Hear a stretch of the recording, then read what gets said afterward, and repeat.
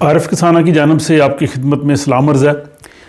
پچھلے 2 ولاگ میں آپ یہ جان سکے کہ اگلے سال میں سویڈن میں رہنے والے لوگوں کو کون کون سے جو ہے وہ مالی فائدے اور کون سی جو اچھی خبریں ان کو مل سکتی ہیں ان کی تفصیل سے جو ہے وہ آپ کو آگاہ کیا ہے۔ لیکن آج کے ولاگ میں اگلے سال جو مالی دشواریاں ہیں یا ان سے آپ کو جو ہے وہ آگاہ کیا جائے گا تاکہ آپ لوگ جو ہے وہ ذہنی طور پہ بھی تیار رہیں اور آپ کو یہ علم ہو سکے کہ اگلے سال میں سویڈن میں جو لوگ رہ رہے ہیں انہیں کس قسم کی صورتحال سے خصوصاً جو ہے وہ مالی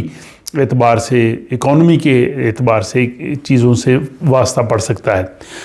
تو پہلی چیز تو یہ ہے کہ اگلے سال بھی جو ہے وہ انٹرسٹ ریٹ میں شرح سود میں اضافے کا رجحان رہے گا۔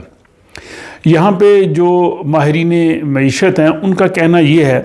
کہ آپ کی جتنی بھی آمدنی ہوتی ہے اس کا 1/3 1/3 سے زیادہ آپ کے جو گھر کے اخراجات ہیں جس میں کرایہ مکان ہے یا اگر آپ نے اس کا کوئی انٹرسٹ دینا ہے جو آپ نے قرضہ لیا ہوا ہے یا گرم اور ٹھنڈا پانی آپ استعمال کرتے ہیں، اس کے علاوہ جو باقی کوڑا کرکٹ وغیرہ جو اٹھایا جاتا ہے، تو یہ تمام قسم کے جو اخراجات ہیں یہ جو ہے یہ 1/3 سے زیادہ نہیں ہونے چاہیے۔ مثلا اگر کسی آدمی کی تنخواہ 27,000 سویڈش کرون ہے تو 9,000 سے زیادہ جو ہے وہ اس پہ نہیں اٹھنا چاہیے، کیونکہ اگر اس سے زیادہ اٹھے گا تو پھر باقی اخراجات کے لیے جو ہے وہ مسئلہ پیدا ہوگا۔ اب ان کا یہ کہنا ہے کہ اگلے سال چونکہ شرح سود جو ہے وہ بڑھ رہی ہے اور فروری میں جو ہے وہ پہلا اضافہ ہونا ہے اور ان کا امکان یہ ہے کہ تقریباً 4.5% تک جو ہے وہ انٹرسٹ ریٹ چلا جائے گا جن لوگوں نے فلکچویٹ جو رورلت رینتا جنہوں نے وہ کروایا ہوا ہے، تو یہ ایک ذہن میں رکھنا چاہیے۔ اس میں انہوں نے موازنہ کیا ہے کہ ایک سال میں یعنی 2022 جنوری میں 1.4% تھا، لیکن جو جنوری 2023 ہے اس میں 4.3% تک آ جائے گا، تو تقریباً جو ہے وہ 3% جو ہے وہ شرح سود میں اضافہ ہے۔ اس 3% کے اضافے سے یہ اندازہ لگایا جا سکتا ہے کہ اگر کسی نے 1 ملین یعنی 10 لاکھ سویڈش کرون کا گھر کے لیے قرضہ لیا ہوا ہے تو اس کو 2,500 سویڈش کرون جو ہے وہ زیادہ دینی پڑیں گے۔ تو یہ کافی بڑا جو ہے وہ اضافہ ہے اور اس سے انہوں نے لوگوں کو کہا کہ یہ اس کے لیے وہ ذہنی طور پہ تیار رہیں۔ دوسرا یہ ہے کہ اگلے سال جو ہے وہ مکانوں کے کرائے اور جن لوگوں نے مورگیج کروائی ہوئی ہے بوستید رہتا ہے ان کو بھی جو ہے وہ زیادہ رقم دینا پڑ سکتی ہے۔ اس میں جو بوستید رہتا ہے اس میں ان کا اندازہ ہے کہ جو آپ لوگ آویف دیتے ہیں جو آپ نے مورگیج کروایا ہوتا ہے اپارٹمنٹس کا،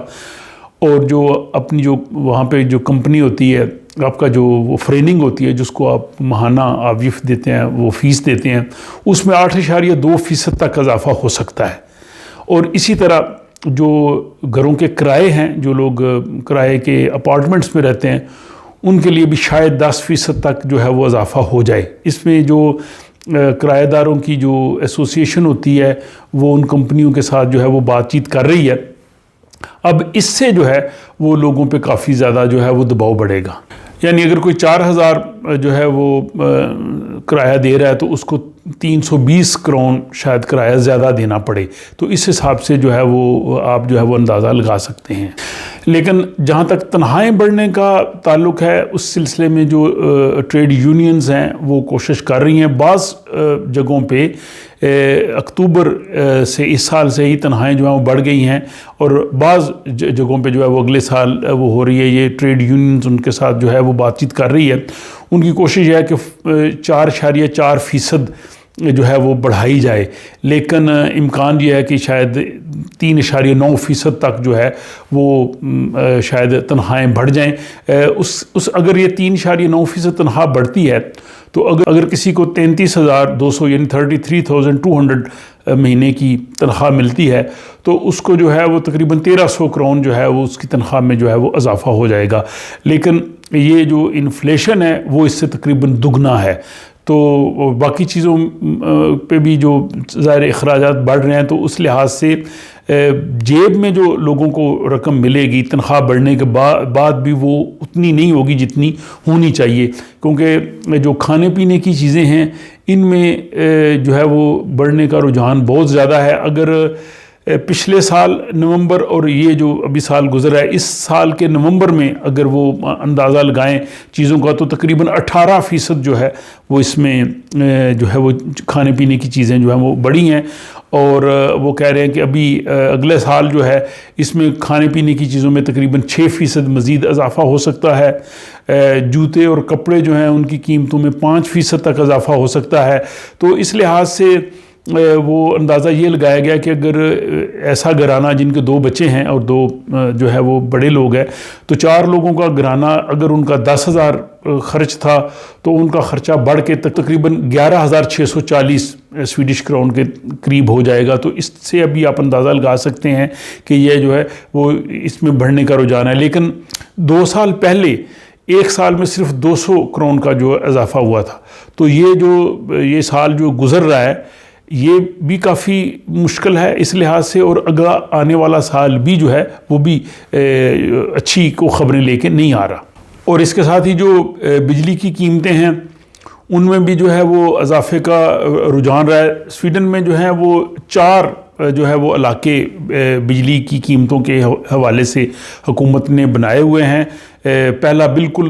جو ہے وہ شمال کا علاقہ ہے، اور دوسرا شمال سے وسط تک، اور تیسرا جو ہے جس میں اسٹاک ہوم گوتھنبرگ وغیرہ آتے ہیں، اور چوتھا نیچے جو ہے وہ مالمو والا علاقہ ہے۔ اب جو ایریا 1 اور 2 ہے اس میں تقریباً 90% جو ہے وہ اضافہ ہوا ہے بجلی کے بل جو ہیں ان کی جو لوگوں کو دینا پڑتے ہیں۔ لیکن جو نمبر 3 اور نمبر 4 ہے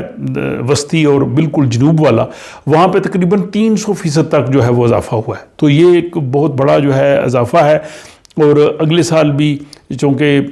یوکرین کا کرائسس حل ہوتے نظر نہیں آ رہے، انرجی کرائسس انٹرنیشنل پرابلم وہ بھی اپنی جگہ پہ رہے گی، اس سے جو ٹرانسپورٹ کے اخراجات ہیں ان پہ بھی خدشہ ہے کہ وہ بھی جو ہے وہ